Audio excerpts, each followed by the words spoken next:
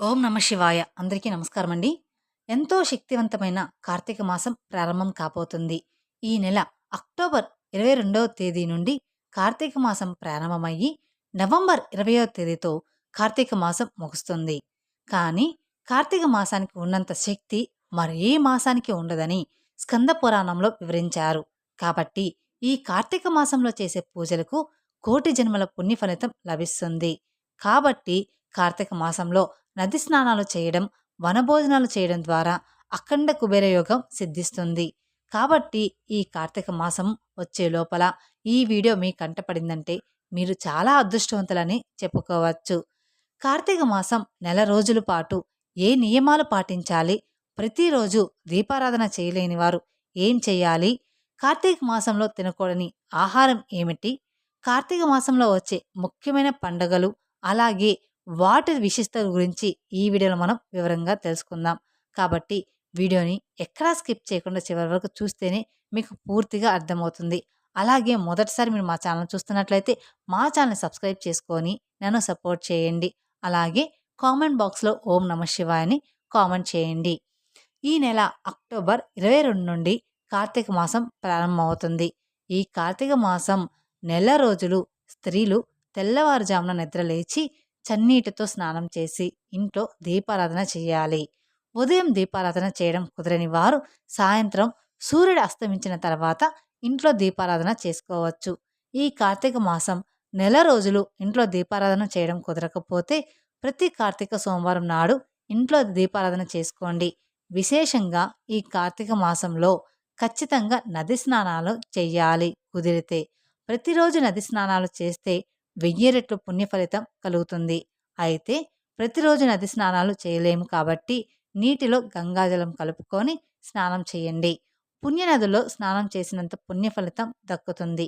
కాబట్టి ఈ కార్తీక మాసం వచ్చే లోపల ప్రతి ఒక్కరూ కూడా గంగాజలం తెచ్చుకొని భద్రపరచుకోండి. అలాగే ఈ కార్తీక మాసంలో పుణ్యనదుల దగ్గర దీపాలు వెలిగించండి. ఎంతో శక్తివంతమైన ఈ కార్తీక మాసంలో ప్రతిరోజు తులసిని తప్పకుండా పూజించాలి. ఈ నెలలో చేసే తులసి పూజలకు అఖండ ఐశ్వర్య ప్రాప్తి సిద్ధిస్తుంది. కాబట్టి ఆడవారు తప్పనిసరిగా తులసి దగ్గర దీపం వెలిగించి తులసి మాతకు ప్రదక్షిణలు చేయండి. అలాగే ఈ కార్తీక మాసం నెల రోజులు శివాలయాలకు ఎక్కువగా వెళ్ళండి. ఎందుకంటే ఈ నెల రోజుల పాటు పరమేశ్వరుడు ముక్కోటి దేవతలతో కలిసి శివాలయంలో సంచరిస్తూ ఉంటాడట.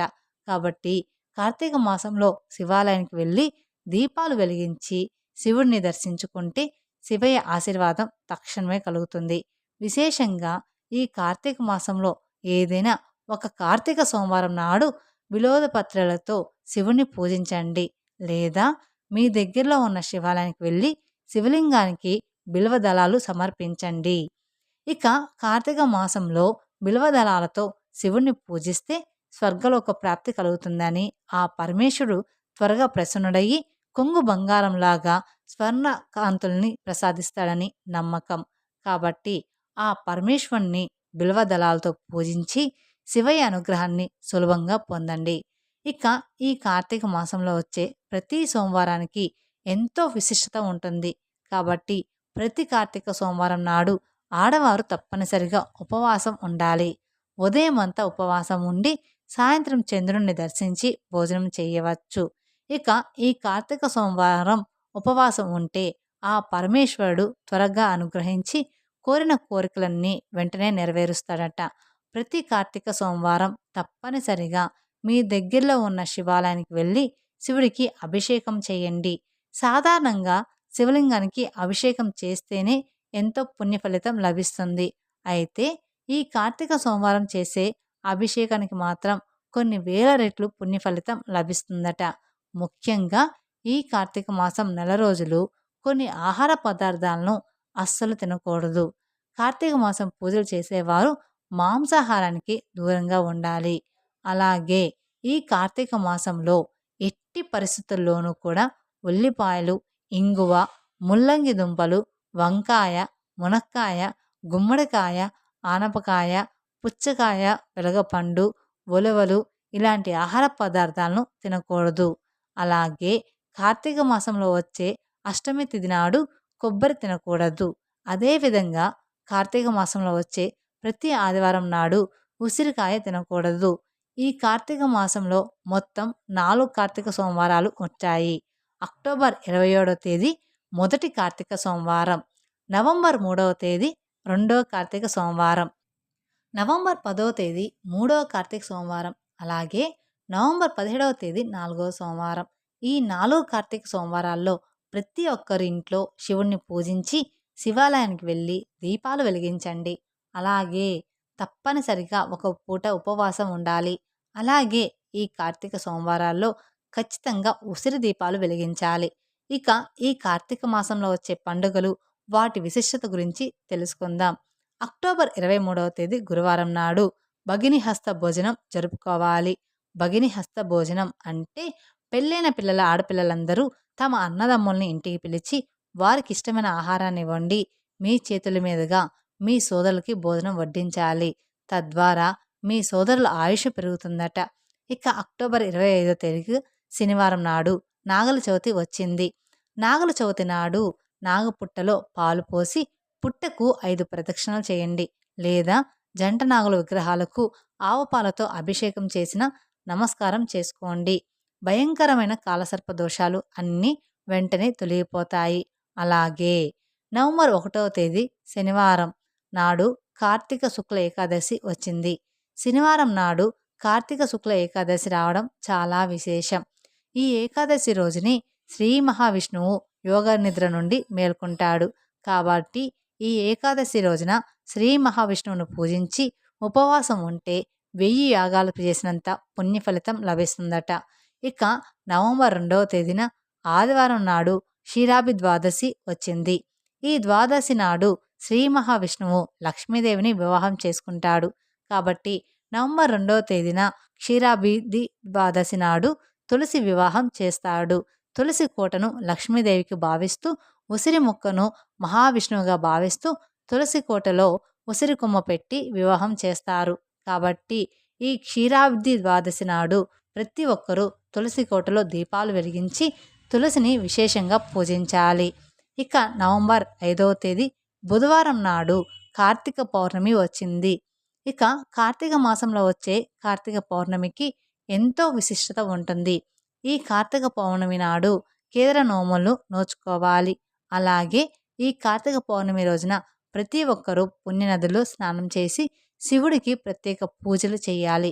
విశేషంగా ఈ కార్తీక పౌర్ణమి నాడు ప్రతి ఒక్కరూ తప్పనిసరిగా 365 ఒత్తులతో దీపం వెలిగించి శివుణ్ణి పూజించాలి. అలాగే ఈ కార్తీక పౌర్ణమి నాడు తప్పనిసరిగా ఉసిరి చెట్టు కింద వనభోజనాలు చేయాలి. విశేషంగా ఈ కార్తీక పౌర్ణమి నాడు రాత్రి పున్నమి వెలుగుల్లో కార్తీక దీపాలు వెలిగించి నదుల్లో వదలాలి. ఇక నవంబర్ 20వ తేదీన అమావాస్యతో కార్తీక మాసం ముగిసిపోతుంది. కార్తీక మాసం చివరి రోజున పోలీస్ వర్గంగా పరిగణిస్తారు. కార్తీక మాసంలో దీపారాధన చేసిన వారు, నది స్నానాలు ఆచరించిన వారు ఈ పుణ్య ఫలితం పూర్తిగా దక్కాలంటే కార్తీక మాసం చివరి రోజున అంటే నవంబర్ 20వ తేదీన పోలీస్ వర్గం నాడు మహిళలు తెల్లవారుజామున నిద్రలేచి అరటి డొప్పలో 30 ఒత్తులతో దీపం వెలిగించి నదుల్లో వదలాలి. ఇలా చేయడం ద్వారా కార్తీక మాసం నెల రోజులు దీపారాధన చేసినంత పుణ్య ఫలితం లభిస్తుంది. ముఖ్యంగా ఈ కార్తీక మాసంలో శివాలయంలో దీపారాధన చేసిన వారికి విశేషమైన పుణ్య ఫలితం లభిస్తుందట. కాబట్టి ప్రతిరోజు ప్రదోష కాలంలో శివాలయానికి వెళ్ళి దీపాలు వెలిగించండి. జన్మజన్మల పాపాలన్నీ కూడా తొలగిపోయి జన్మజన్మల అదృష్టం కలుగుతుంది. ఇక ఈ కార్తీక మాసంలో చేసి దాన ధర్మాలకు కోటి జన్మల పుణ్య ఫలితం లభిస్తుంది. కాబట్టి ఈ కార్తీక మాసంలో మీకున్న స్తోమతను బట్టి పేదలకు ఆహారాన్ని దానం చేయండి, వస్త్రదానం చేయండి. తద్వారా శివయ్య ఆశీర్వాదం ఖచ్చితంగా లభిస్తుంది. అలాగే ఈ కార్తీక మాసంలో తప్పనిసరిగా దీపదానం చేయాలి. ఇక ఈ కార్తీక మాసంలో తప్పనిసరిగా వెలిగించాల్సిన దీపం నారికేల దీపం. కొబ్బరి చిప్పలో వెలిగించే దీపాన్ని నారికేల దీపం అని అంటారు. ఈ విధంగా శివుణ్ణి మనం కార్తీక మాసంలో పూజించాలి. తెలుసుకున్నారు కదండి. అక్టోబర్ 22 నుండి కార్తీక మాసం ప్రారంభం. ఈ నెల రోజులు తప్పకుండా పాటించవలసిన నియమాలేంటి, పూజా విధానం ఏమిటి అనేది మీరు తెలుసుకున్నారు అనుకుంటున్నాను. ఈ వీడియో గనుక మీకు నచ్చినట్లయితే మరికొందరికి షేర్ చేయండి. అలాగే మొదటిసారి మీరు మా ఛానల్ చూస్తున్నట్లయితే మా ఛానల్‌ని సబ్స్క్రైబ్ చేసుకొని నన్ను సపోర్ట్ చేయండి. థాంక్